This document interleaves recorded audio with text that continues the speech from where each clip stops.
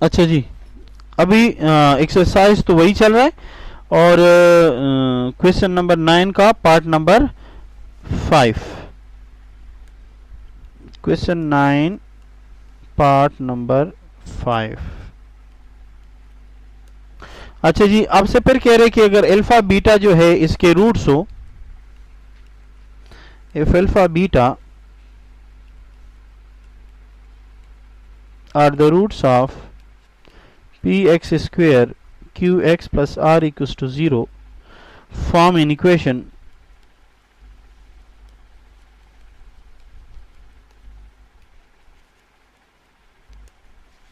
whose roots are minus 1 over alpha cube minus 1 over beta cube। बिल्कुल simple सवाल है, आपने वही पैटर्न रखना है, पैटर्न को चेंज नहीं करना है। पैटर्न चेंज करेंगे तो गड़बड़ होगी। अब देखें सोल्यूशन देखें। When the roots are alpha beta, then the sum, when the roots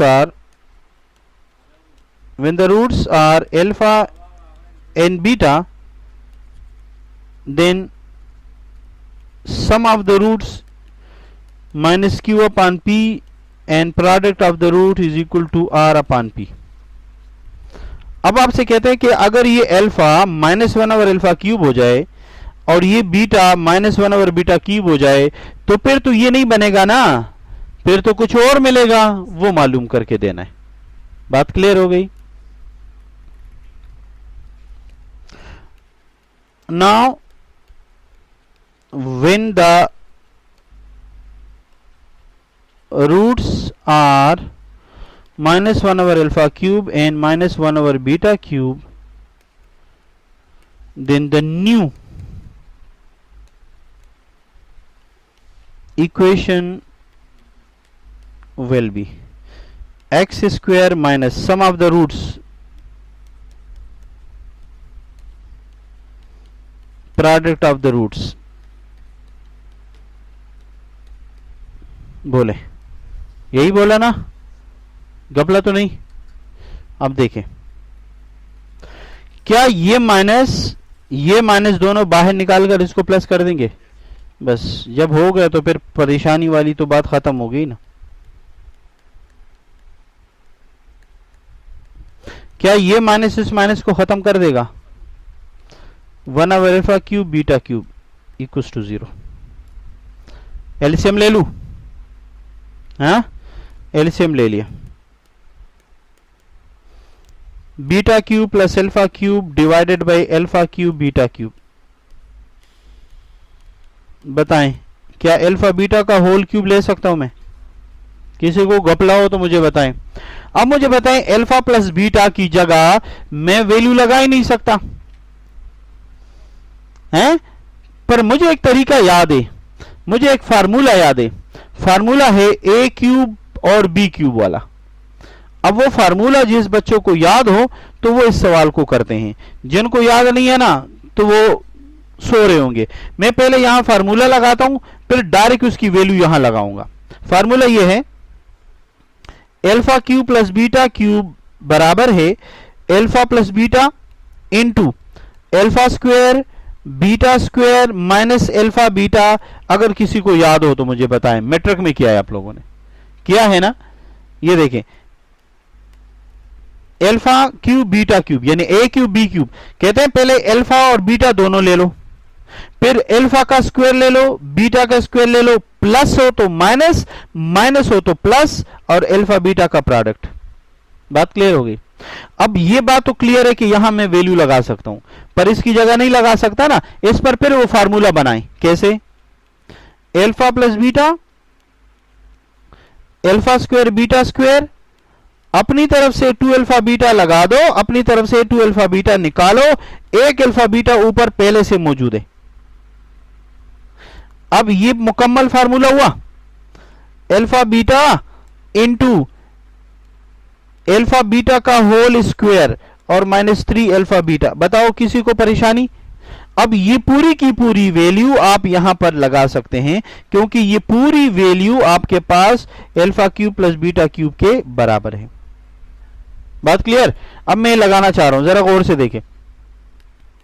x square plus ये रहा alpha plus beta into bracket फिर अल्फा बीटा का होल स्क्वायर और फिर -3 अल्फा बीटा फिर ब्रैकेट क्लोज, यहां x और यहां डिवाइडेड बाय अल्फा बीटा का होल क्यूब बता ले सकता हूं ना, और इनटू x और प्लस 1 अल्फा बीटा का होल क्यूब इक्वल्स टू 0। अब आपको मालूम तो है ना अल्फा बीटा की वैल्यू, लगा दे आंसर आ जाएगा। देखें x square plus alpha beta minus q upon P into minus q upon p का whole square -3 into r upon P into x divided by r upon p का whole cube और plus 1 divided by r upon p का whole cube equals to 0। बोले कहीं पर कोई problem? बिल्कुल clear है, लंबा चौड़ा सवाल है लेकिन देखो बिल्कुल आसान है, कोई घपला नहीं है इसमें। अच्छा जी देखें, सबसे पहली बात यह है ये जो माइनस नजर आ रहा है ये स्क्वायर की वजह से खत्म हो जाएगा, खत्म हो जाएगा। अच्छा जी ये माइनस क्यू अपान पी नजर आ रहे, ये इसके साथ भी एक्स है, इसमें गड़बड़ नहीं करें, ये आर अपान पी भी है, ये आर अपान पी भी है, सबको सिंप्लीफाई करें और आंसर आ जाएगा। ये देखें एक्स स्क्वायर ये माइनस हो गया, फार्मूले का माइनस था क्या, वो पहले से प्लस हुआ है, वो पहले से प्लस हुआ था ना। अच्छा ये माइनस हुआ, अब देखें ये रहा क्यू अपान पी, ये रहा Q square upon P square -3 R upon P into x divided by are cube upon P cube plus P Q divided by are cube equals to 0। ये ऊपर गया तो उल्टा हो गया, क्लियर है। आगे चले, x square minus q upon P और इसका एलसीएम लिया पी स्क्वायर क्यू स्क्वायर और यहां से एक क्यू खत्म हुआ, एक रहा तो 3rp और ये ऊपर गया तो उल्टा हो गया,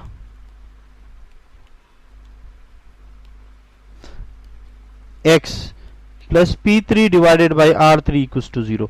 बताएं किसी को एतराज है तो जल्दी बताएं, बोले किसी को है, कहीं पर गड़बड़ की हो मुझे बताएं। तुम लोग सब सो तो नहीं रहे? क्या किया मैंने इसका एलसीएम लिया, इसका एलसीएम क्या रहा पी स्क्वायर, ये पी स्क्वायर के साथ कैंसिल, क्यू स्क्वायर अपनी जगह आया, एक पी के साथ कैंसिल, एक पी इससे मल्टीप्लाई हुआ 3rp, बात क्लियर हो गई। ये x अपनी जगह लिखा, लेकिन R cube upon P cube जब ऊपर जाएगा तो क्या आएगा P cube upon R cube, बात क्लियर है कि नहीं। अच्छा जी अब मैं क्या करूंगा, इसको अपनी जगह लिखा। अब आप देखें यहां पर अगर आप इसको मल्टीप्लाई करेंगे, मल्टीप्लाई कर सकते हैं, नहीं करना चाहे तब भी आपकी मर्जी है, लेकिन आखिर में आपको मल्टीप्लाई करके इसको लीनियर फॉर्म बनाना पड़ेगा। ये देखें q into Q square -3rp divided by ये p इस p के साथ p क्यूब और ये r क्यूब और ये ऊपर p cube into x plus p cube divided by r cube equals to 0। By cancellation हो सकता है क्या नहीं, ये ले ये इसके साथ कैंसिल हो गया, बात क्लियर हो गई क्या नहीं। इतनी सारी बातें तो तूने कर दी, अब तू क्या बाहर से आएगा अंदर से आएगा यार पागल। मैंने कहा तुम्हारा रिश्तेदार है। अच्छा जी अब देखिए जो बच गया ना वो है q divided by are cube और q square -3rp into x plus P Q divided by are cube equals to 0।